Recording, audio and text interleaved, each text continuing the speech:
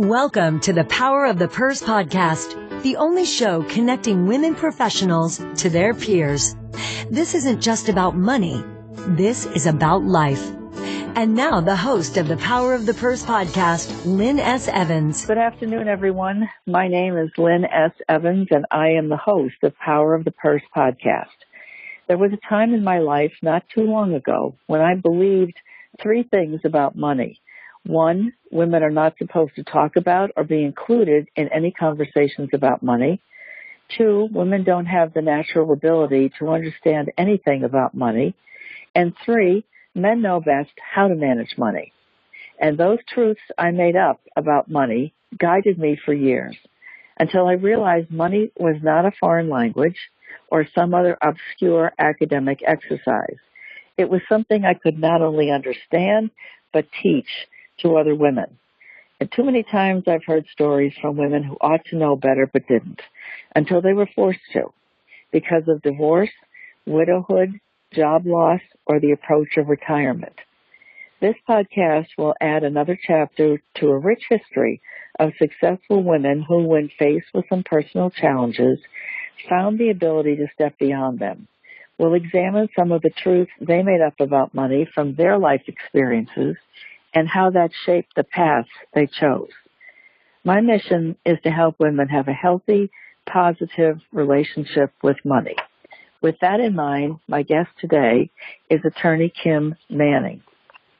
She is the Director of Legal Services at UPMC Susquehanna. She has had quite an experience in law school, law firms, and before she was actually at UPMC Susquehanna, she was general counsel for Wyoming Valley Healthcare System and others in the past.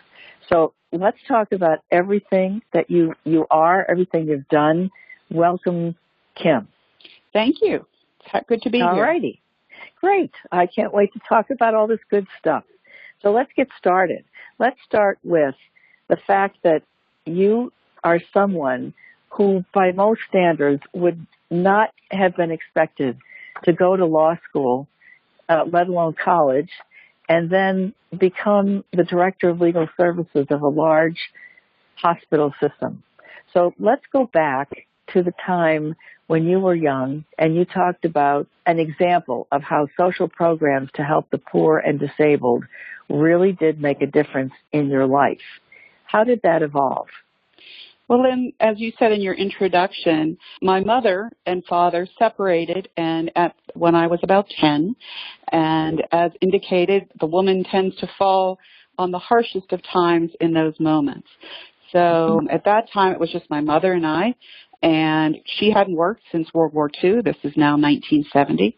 And so, we had to lose the home, all those sorts of things. So we ended up in Section 8 housing, on welfare for a period of time, but certainly on food stamps for a number of years.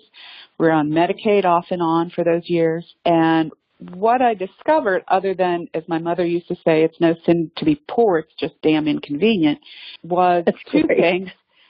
One was there was a shame projected on people, and I think there still is, for attempting to use and obtain those things, but they can make all the difference in the world because that allowed us to continue. And then as we moved further on, my parents did get back together, but my father was disabled. So at that point in time, throughout my college time, I was able to obtain Social Security disability, which helped me fund my college career. I also was entitled to various grants that unfortunately are not as available as they used to be.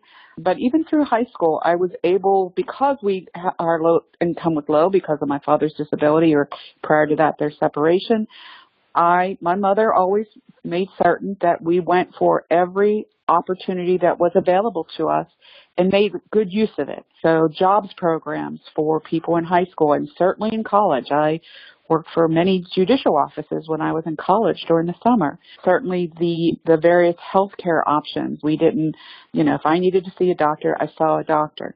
The same way with the housing. My mother became very good at finding ways to find exactly what talk landlords into becoming Section 8 landlords and taking in those tenants and doing away with some of the false or certainly negative narratives that are applied to all recipients of those types of things, and teach them that we could be excellent tenants and maintain the property and excellent neighbors, as well as certainly with the medical stuff. She learned how to talk about some of the older requirements that made hospitals provide free care at times when we had no insurance. She would remind hospitals of their Hill-Burton obligations, and it allowed me to have some necessary surgery that, had I not had, my hand would be disfigured. So I think it's important to realize, I am grateful for all those services. That's the first thing I'm going to say, and I appreciate all the tax dollars that went into it.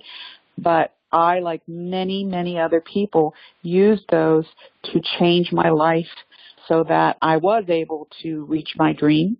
I was able to go to college. My parents had gone to college, but I was able to complete college.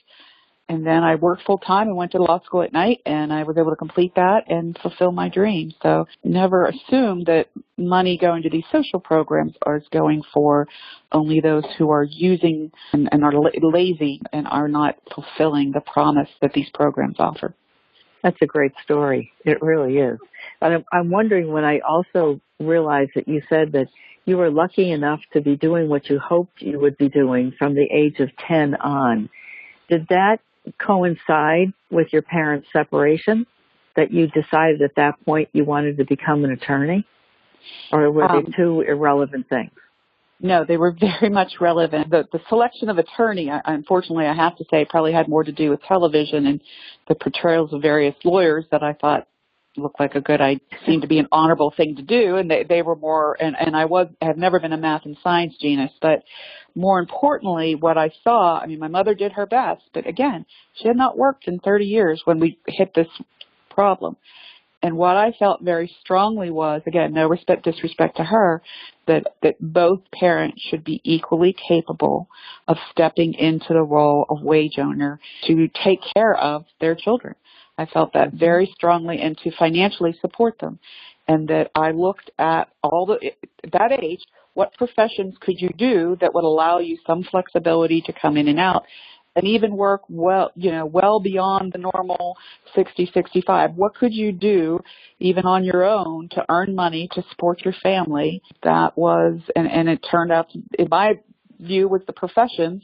And again, since I was no whiz with numbers, I didn't see accounting or medicine an option. So I liked the law, and that's where I went from. And did you have any siblings later when your parents got back together?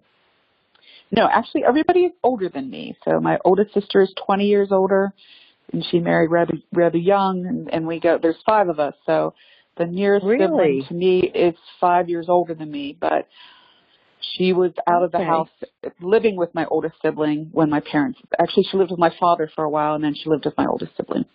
And then everybody was in college or post-college and working by the time that sort of went down. So did all your siblings avail themselves of some of that government programs? You said they were all educated and out of the house before that happened? Well, so my oldest sister didn't get an education until much later in life, actually until after she divorced. I would say my brother was the first to go to college. He certainly had, certainly my father was a baker and a candy maker, and he had a normal working class income. There was always, living paycheck to paycheck and bills to worry about. So I wouldn't say there was money to educate each of us. So we certainly learned to take advantage of grants and scholarships, et cetera. Mm-hmm. I would say the sister closest in age to me probably had a similar experience. Well, actually, I take that back. All of them probably had some experience in taking advantage of programs for summer jobs in high school and in college to lower income individuals. And all of those relationships yielded either a connection or a mentor or something that allowed them to take the next step. Was there ever a time on that path between the time you had the dream of wanting to be an attorney and when you actually got into law school that you had any second doubts or second thoughts about doing this? Yes, and I would say toward the end of my college career, I did. And I had a cousin who was married to a judge, who wisely made the suggestion that for me to take a few years off and go to work for a law firm as a paralegal and see if you like it. And that was an excellent suggestion. At that point in time, paralegals did not require a BA. There wasn't even a certification for paralegals in the early 80s. So I just went with my bachelor's degree and an interest and started applying for jobs and was able to get one pretty quickly with Dickey, McCamey, and Chilcote in Pittsburgh. And I did that for 2 years and realized actually there were some law students who were acting as messengers who kept saying, you really need to take the next step. You really need to apply and go to the next step and go on to school. And where did you go to school? I went to Duquesne University in Pittsburgh at night, and I worked full-time at Dickey McCamey during the day. Okay. So once you got that, it passed the bar, you became a full-fledged attorney. Did you find that it was what you expected it to be? Did it live up to your dream? It did and it didn't. At that point in time, we were just starting to get into the world of the importance of billable hours, et cetera, over necessarily the quality. I mean, quality was still important, but billable hours was becoming a thing. Interestingly enough, I started working in Savannah, Georgia. Well, that was my first job. And the lawyer couple of the lawyers knew me from my paralegal years because they did similar work to what I was doing in Pittsburgh. So they knew of me. And their largest client at that law firm, Hunter McLean, Exley and Dunn, was Memorial Medical Center in Savannah, Georgia. And a few years before I started practicing law, they had taken the opportunity, instead of when the hospital was making noises about hiring in-house counsel, they said, I'll tell you what, you can rent an in-house counsel from this firm. All you have to do is cover their salary and expenses. It'll be, less expensive than billable hours, and they'll have the access to the firm and all, but they'll still be on our pension plan, et cetera. And they did that. But the first two lawyers they sent out had been long-time lawyers, really bordering on, if not already, partners, and it was a very different environment to walk into in-house counsel position, which is really much more a lot more seat of your pants, a lot less research and time and very thorough writing. A lot of in-houses kind of get me the answer, get it quickly, and figure out the problem. So anyway, one day, Malcolm McLean walked in my office and said, we need another literally, he said, we need another sacrificial lamb on the high altar of the hospital, and you're it. You start Monday. That's great.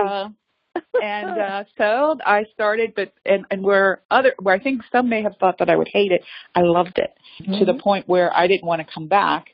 And eventually the hospital hired me to run the risk management program away from the law firm. But that's how I got started working in healthcare. Before that, I was doing asbestos litigation. Mm-hmm. And so then how did all this bring you to UPMC Susquehanna? Well, were you still in Pittsburgh? No, so that was Savannah, right? Savannah? You were? No, so at a certain point in time, Savannah, at that point in time, this would be the mid-'90s, was a lovely place to visit, but not necessarily a great place to live. Very high murder rate, very high pollution rate. And there was a great deal of inequality and segregation along racial lines that I was always raised to believe the worst thing you can be in this world is a racist. So it was at times a difficult place for me to live. So I had been licensed both in Georgia and Pennsylvania. I took a second bar exam in Pennsylvania after I had my Georgia license and got that. So after about 6 years in Georgia, I decided to move back to Pennsylvania. I was actually recruited then to go to Wyoming Valley in Wilkes-Barre. Okay. And from there, within a few months, I was put on a blind date and met my husband. And and then life starts. So the UPMC role, UPMC about a year and 3 months ago acquired Susquehanna Health System. So I had been working for Susquehanna Health System for about 11 years now, 12 years. They had been a client. For a while I was working at Stevens and Lee after Wyoming Valley, after my son was born, just part-time because I needed some extra flexibility, hence that 10-year-old thought that you could have some flexibility in a profession. But when he started school, I knew I was ready to go full time, and this opportunity opened up at Susquehanna Health, and I took it. And then, like I said, UPMC purchased Susquehanna Health System about a little bit more than a year ago. Okay. So this is the perfect segue. Let's talk about your son, because I know this is a really important and significant life event for you. So you were married at that time. Yes. Was your husband an attorney as well? No. At that point in time, my husband was working for Merck in Danville. He was a licensed waste treatment operator. He has since gone on, actually, Merck has 18 months paternity leave available to them, as well as maternity, and he's the first one to ever actually take paternity leave, let alone the full 18 months. But he used it to do all the coursework and study and pass all his licensures for insurance, stockbroker, and then his financial planner, advisor certification. So he transitioned into that role. So, so my son was born 2 years after we were married, and he was born 3 months premature. So he was in a NICU, and with all the health complications that come with that, he was in the NICU in Allentown, and I was still working up in Wilkes-Barre. And so I would drive for 4 months he was in NICU, and I would drive back and forth. But he also, the prematurity had multiple health issues. But we found at that time he was also born with a neurological birth defect called a disorder of the corpus callosum. In his case, you have some disagreement, frankly, amongst the neurologists, but his is very thin. So corpus callosum is about 200 million basic nerves that go between the left side of your brain and your right side of your brain, and allows you to do everything from go left, right when you walk to remember what time your lunch date is. It's the main source of communication and body function. Without it, in his case, sometimes the brain can rewire, but in his case, because it's thin, the brain is constantly trying to send information what should be across a 15-lane superhighway that it's trying to go across a 2-lane bridge. So it gets So it's resulted in a lot of developmental delay. He is nonverbal. He also has a seizure disorder. And he probably functions, young grade school level at the age of 19. So that had to be a major blow to you in the sense that, the big question was, well, what do I do? How do I live my life? How does my husband get involved in all this? How do we make this work? So how did you put all that together? Did you have any resources that helped? I had an amazing group of NICU doctors and nurses, and because we were there for 4 months, we became friends, and they did give us some wealth of experience. But this is really before the internet, and certainly before things like listservs and things like that. And we actually had a pediatric neurologist who said, whatever you do, stay off the internet because only the worst case scenarios are there. So there really wasn't. I found there wasn't much at that point in time other than sort of the other parents. And we had no basis of knowledge in our family. I did as much research as I could. It helped at that time that I was part of the Wyoming Valley, because God bless him, the librarian for the medical library sent me as much medical information and as much information that he had access to.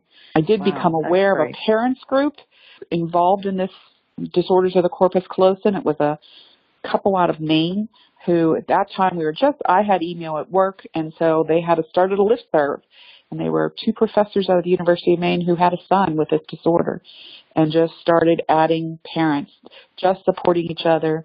And then from that, it grew into an organization called the National Organization of Disorders of the Corpus Callosum.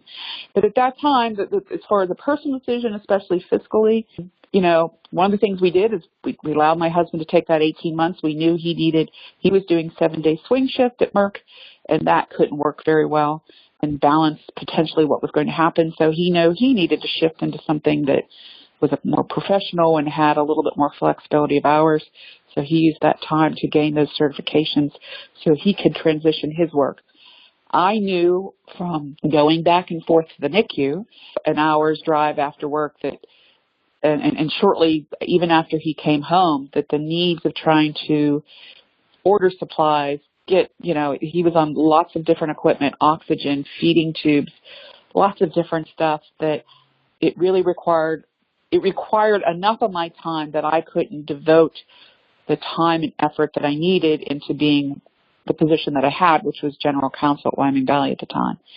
So I made a decision to not step away, but to step back into a part-time position with a law firm to give me some added flexibility to make physician appointments, make all these arrangements. Sort of, it's an incredible orchestration of people, and in addition to the care, it's people. It's God help me, the volumes and reams of insurance stuff and materials, et cetera, that has to be gone through. But I also made a conscious decision not to continue my work, because I knew that my personality was such that if I stayed home with him full time, my type A, I need to fix this. My work is I take a problem, I fix it, I move on. And his was not something that I could fix, his issues. Yeah. And I felt, having seen a lot of women fall into this, particularly professional women, that I thought it would be bad for my mental health and bad for my relationship with my son if I took on his care full time, because I knew I wouldn't be able to fix him, and I knew that would frustrate me, and I knew I needed to be able to sort of shut a little bit of that down, that frustration down, and work on something that I could have success in, that also allowed me some financial stability and insurance stability to allow him to access everything he needed. Again, I needed to know that both parents could take care of this child financially as well as personally at any given time. And so my husband's changes and my changes allowed us to do that. And that's really profound. And I mean that sincerely. That's not hyperbolic when I say it, but for you to actually acknowledge that your personality is such that you finally recognized, and it was one of those hello moments, that you can't fix him, and that your personality is such that you function better as a human being if you can address some things where you can fix them, and then give him the time that you want to be with him and not feel that same urge to fix him. That is really an amazing place to be for so many people who have special needs children or who are caregivers of any sort. Because there's only so much, and I say this from my own personal experience, there's only so much you can do, and having that acknowledgement that I can't fix this is really an amazing lift to the spirits, to acknowledge it, just say, I can't fix this, and be okay with it, is an incredible insight that you've had. So I so acknowledge you for that, and for saying, I recognize my personality is this way, and this is what I need to do, and not feel guilty. I think it's great. I just wanted to say kudos to you. Thank you. Thank you. I obviously I want to help him, and I feel certainly my negotiation skills and my understanding of regulatory matters have helped me more than others. For example, be sympathetic to the school district when they're trying to go through their regulatory hoops of the federal government and to negotiate the insurance issues. I needed to have those skills that allowed us, whether we're doing an appeal or something like that. But I also needed to know when to back off, because sometimes you can be a little bit too ferocious in these things. You need to hear what the other side is saying and come to the right conclusion, even if it's walking away from a provider or a school situation that doesn't fit you, but do so without a level of emotion as they're out to get me, they don't understand, as opposed to just acknowledging it's just not the right fit for the circumstances. So, and I'll continue to have that journey. I mean, he's switched from being a child to an adult the past 2 years, and it's been an interesting journey just even getting him switched over from the pediatric community to the adult community, because you find fewer and fewer providers willing to take care of adults with intellectual disabilities and autism, and fewer programs. For everybody who complains about special education in the school district, they need to see what happens when they turn 21 in that school. All those lovely people in that school district go away. And I know that I commute 80 miles a day so he can be in what we determined was the best school district in this region for special education. And I do it gladly and willingly, but I wasn't going to move to put him in the wrong school system. So it's not that I don't make choices that are good for him, but I have to make wise choices. I took the right job for me that fulfills me and makes me happy and provides financial stability and good benefits to my whole family. But I can leave him in what has been an excellent environment for him in the Hazleton School District. Hazleton? Yes, Hazleton Area School District actually has one of the best. I think to a certain extent the influx of folks from outside of the area has been a godsend, but they've just always been known for having a very good special education program. And not isolating. He's definitely always been included in things. He goes to the choral group. He's learning how to run a coffee cart. He got the award for the highest grade in geography a few years ago. He still goes to civics classes. So and what every one of those teachers will tell you, those typical teachers will tell you, that they and their students gain a great deal by having Will present in their classroom. Yeah. So that's great. Yeah. I didn't know if he was mobile or not, but apparently he is. Yeah. Is he in a wheelchair? He's with a nurse. No, he's not. He's a little bit awkward in his movement, but no, he's not. Yeah. He's completely mobile. That's not a problem. Okay, that's great. So he's 19 now. Right. Okay, so what happens then? How long can he stay in school? Till the end of the school year in which he turns 21. So it'll about 2 years. And then what happens? So that's what we're exploring now. I know I don't want him in an adult daycare setting, and the state has been in a series of flux. There used to be these workshops, and there's a lot of different thoughts on them, but they were supervised workshops. Everybody worked, but they weren't paid very much, less than minimum wage. And again, you have this issue of, well, then it's pretty isolating. I am looking at a program that offer either supervised work in the community, or a program in Williamsport in particular called Hope Enterprises offers that, where they take them into the community and they have supervisors at work, or they, for example, at the hospital, they're at Central Supply sort of things, or they also have a program where you're on site at their campus and they have classes and music and they have exercise things. And then you work. They have projects, legitimate projects, where they pay them minimum wage, and they're, come from various companies all around the United States. And you might be counting paper plates and putting them in a bag, or you might be gluing things onto mats that will actually go into the space program. If you can work 2 hours at that, that's great. If you can work 4 hours at that, that's great. And they also have social events and things like that. So, it's a learning experience now too, with a little bit of concern because of some of the things that are happening on politically, where will Medicaid be? Where will Medicare be? Where will these funding for these programs be? Pennsylvania hasn't funded waivers in many years. So you're sort of navigating that as well. How do you keep up with all that and have a full-time job? And a husband. Oh my gosh. I wow. just try. I wouldn't say that I try. I rely on, aggregation of data. Again, now the internet, I do rely on heavily, and, listservs and different organizations, and Pennsylvania Bar Association actually does a special education CLE that that the parents of children with disabilities are always invited to. When he was earlier in his school career, I went to those, and now I just try the best I can to keep up. But again, I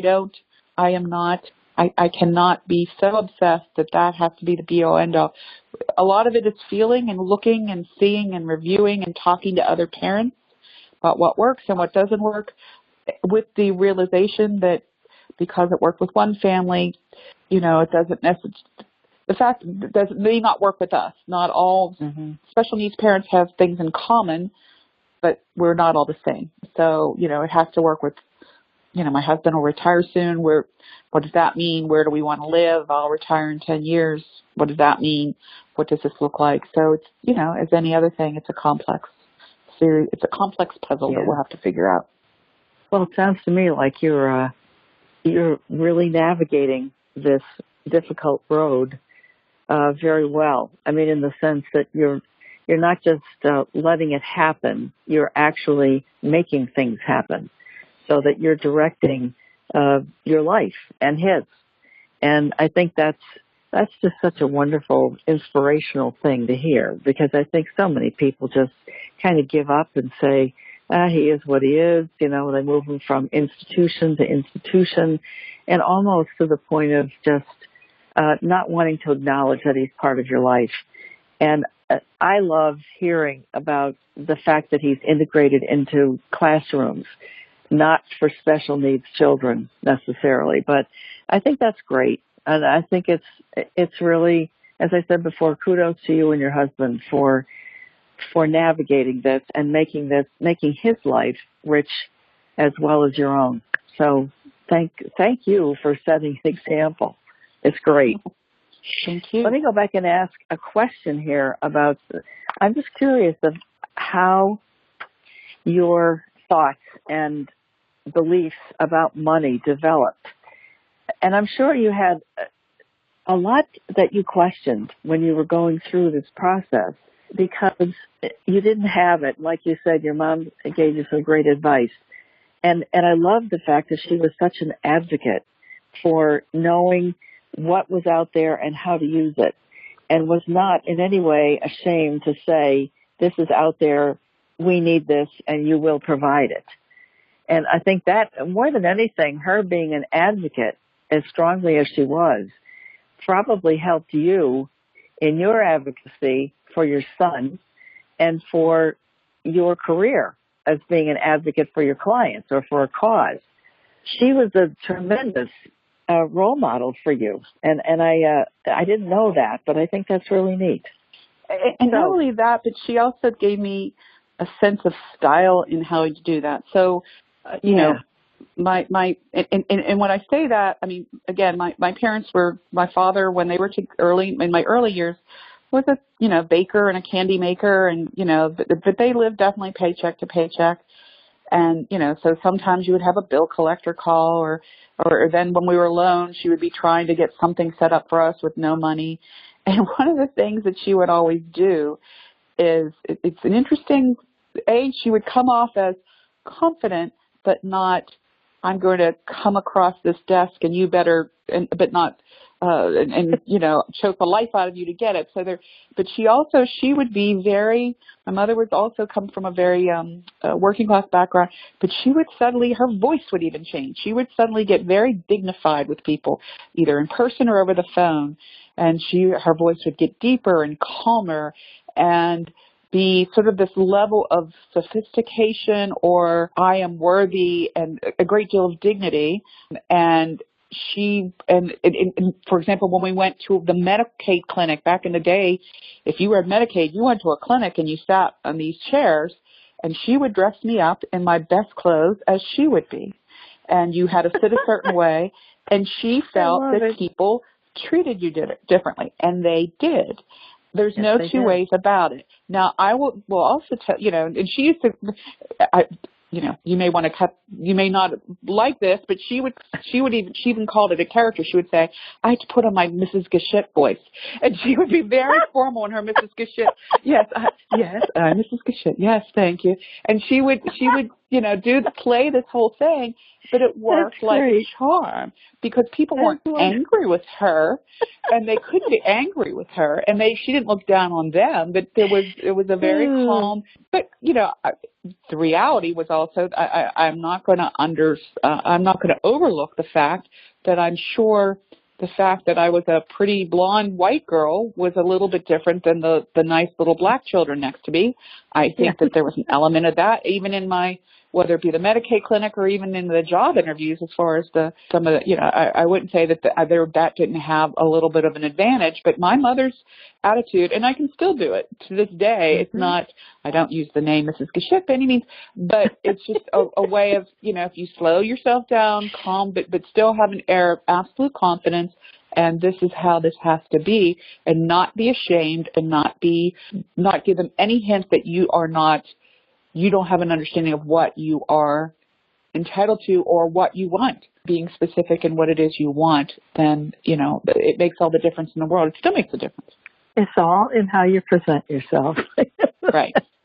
Right. That's wonderful. Well, one last thing I want to talk about, because I'm so excited to hear you, to have you write this down, that one of the things you do for fun is you sing with a blues group. How did that start? So I've always sung in choirs.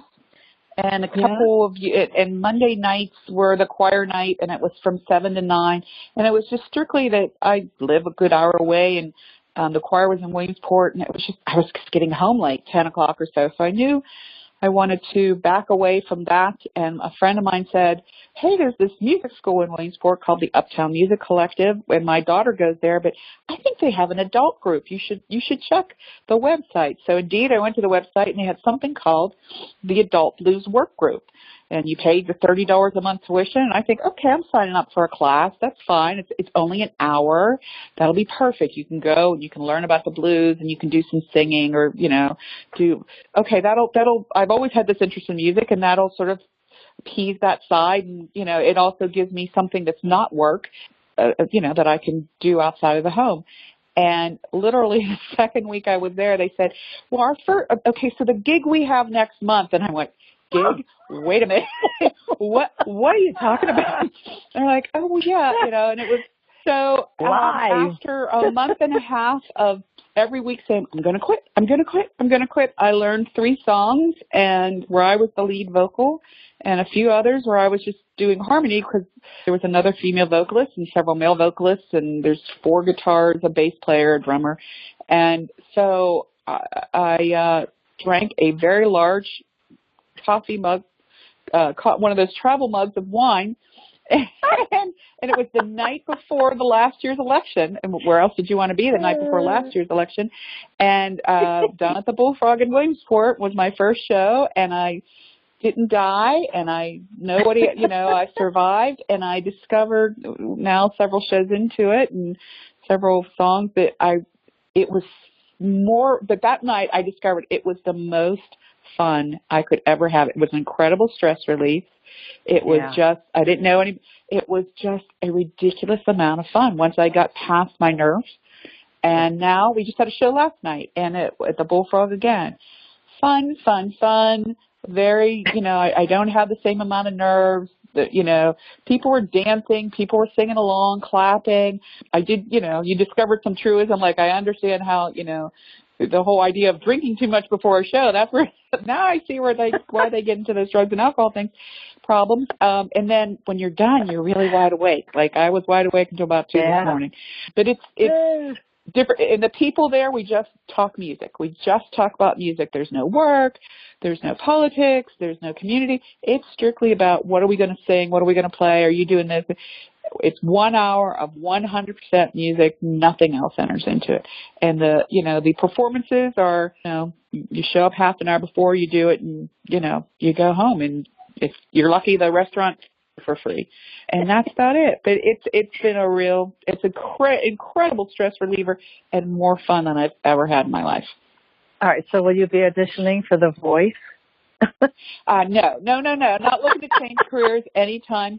Okay. Not looking to, it's strictly just, and it's funny because the school has all these high schoolers, and some things they'll put one of the other groups on, and then us. And so we'll always say, okay, you just saw that group. Now think you've time traveled 40 years and look at the same people, look at us, and this is now what they're going to sign on. But it's fun. Oh, I think it's wonderful.